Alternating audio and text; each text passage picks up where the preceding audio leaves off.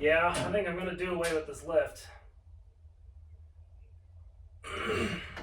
I really like it, but I think it's just going to take up way too much space. So let's go ahead and start removing the lift, since that is one of the last things that I need to get this floor up. Chrome bits on an impact wrench for the win. Really, you shouldn't be doing this, but I don't care.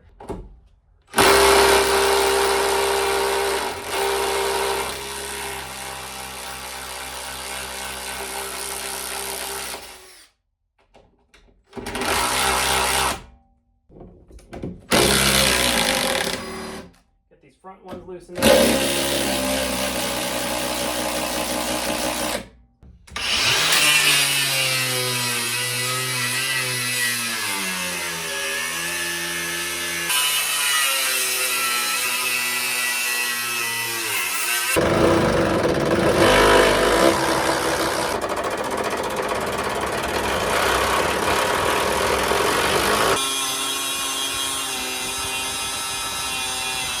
Look out below. Okay, so I would say that so far my most important tools have been the Sawzall and the angle grinder. I definitely regret getting the Amazon special for the angle grinder, so if you haven't bought one already, get the Milwaukee one. I'll put a link to the Milwaukee one down below, and I don't think I need to really grind anything else down, but probably before my next bus build, I'm definitely going to get a Milwaukee angle grinder because this one is trash. It's $30 for a reason. We tried it, but it just, it got the job done, but it just didn't work out too well. The big problem that I'm having with it is you'll be grinding and then it'll switch off the safety switch. But the thing is, I'm not grinding that hard. Usually it does that if the motor is under extreme pressure, but I was just holding it up against the nut and it was just going. And as soon as I put just a little bit of pressure on it, it stops. So Milwaukee for the win. Definitely gonna upgrade to Milwaukee for the next build because, wow, it took a long time to grind through these bolts, like way too long. What we're gonna do here is just finish up the inside demo. We're just gonna pull up the rest of the floor, clean up the glue, sweep it all out, get all the nuts and bolts. Probably gonna go through the yard with a magnet. I've been pretty good about making sure that there's no screws, but you know, they drive through here all the time, so I don't want anyone getting a punctured tire.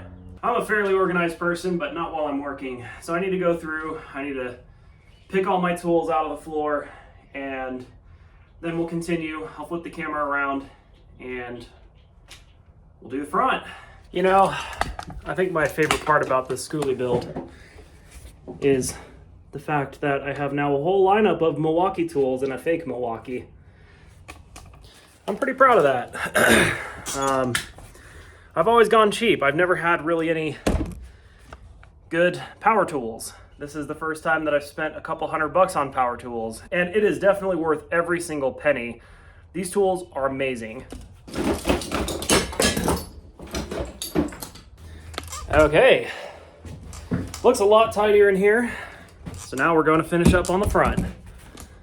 As you can see, all the material I'm going to be using for insulation is kind of stuffed up in the top here. I figured that's the best place to put it since it's nice and lightweight.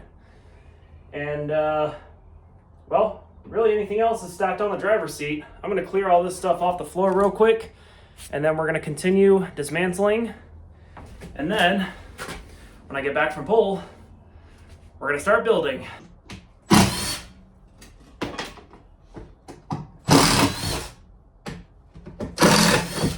Okay, so these front rails, I was just about to take these out. And these ones are not flush with the floor like the back ones. So these ones we are actually going to have to get out. The back ones, literally every bolt stripped out. And I figured, well, it's level with the rest of the ground. It's probably not going to cause any issues. So we can't do that with this one because if we tried to put plywood over this, it would be kind of wobbly and creaky.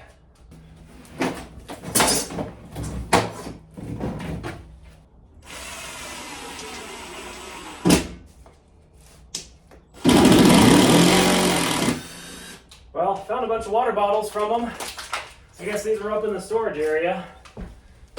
More insulation for me.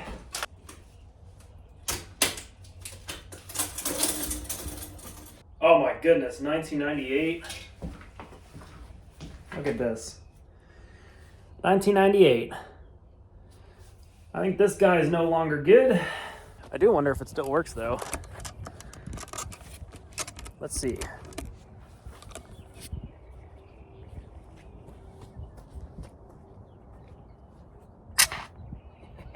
It does.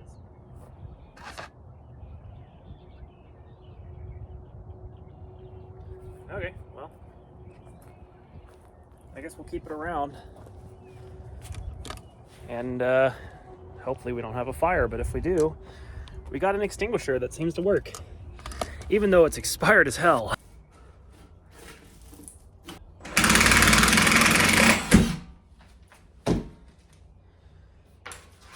Why'd they have to use so much glue in here? Maybe they were just high from putting so much glue in here.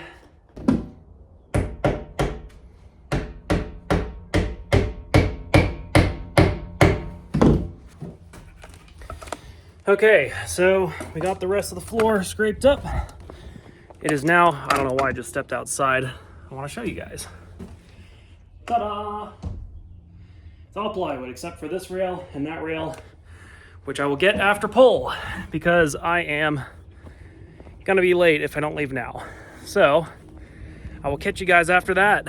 Okay, so we are gonna prepare the floor before we cut the piece of wood.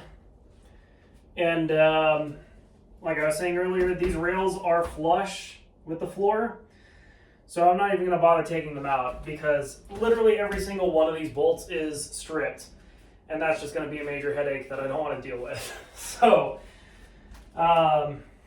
we're just going to build on top of it. It should be fine since it's flush with the floor. There shouldn't be any kind of bending or creaking or warping of any sort. So we're just going to send it. There are a couple spots in here where there's a nail just sticking straight out. So what I'm doing here is, actually I guess there's only 2 spots where that's the case. But I'm just grinding off the nails and making that flush with the floor as well. And then we're going to move forward and cut ourselves a piece of plywood. We'll start measuring everything and then cut it out there, and then we'll bring it in and make sure it fits.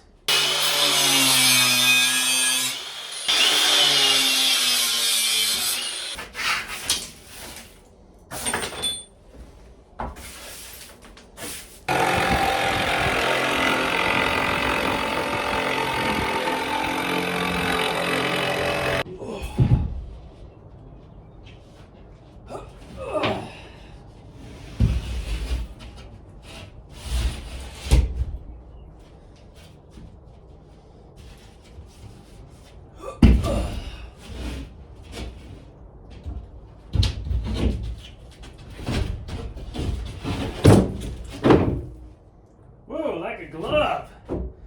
Wow, I could not have cut that more perfect. So now we're gonna go measure the width of the wheel well and the length of the wheel well, and it should be the same on both sides, but we're gonna measure both anyway, just in case the person who manufactured this bus messed up, which after seeing everything else that I've seen, I would not even be slightly surprised. So we're gonna go get those measurements. We need the width and the length of both sides, and let's go do that. Well, that makes it easy to remember. It's 22 by 33.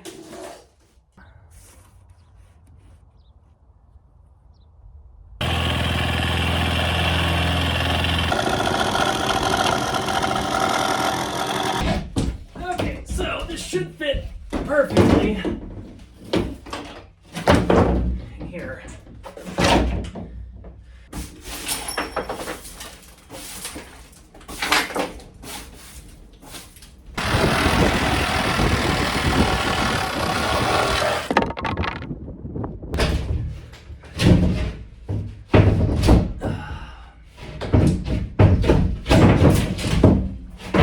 Cool.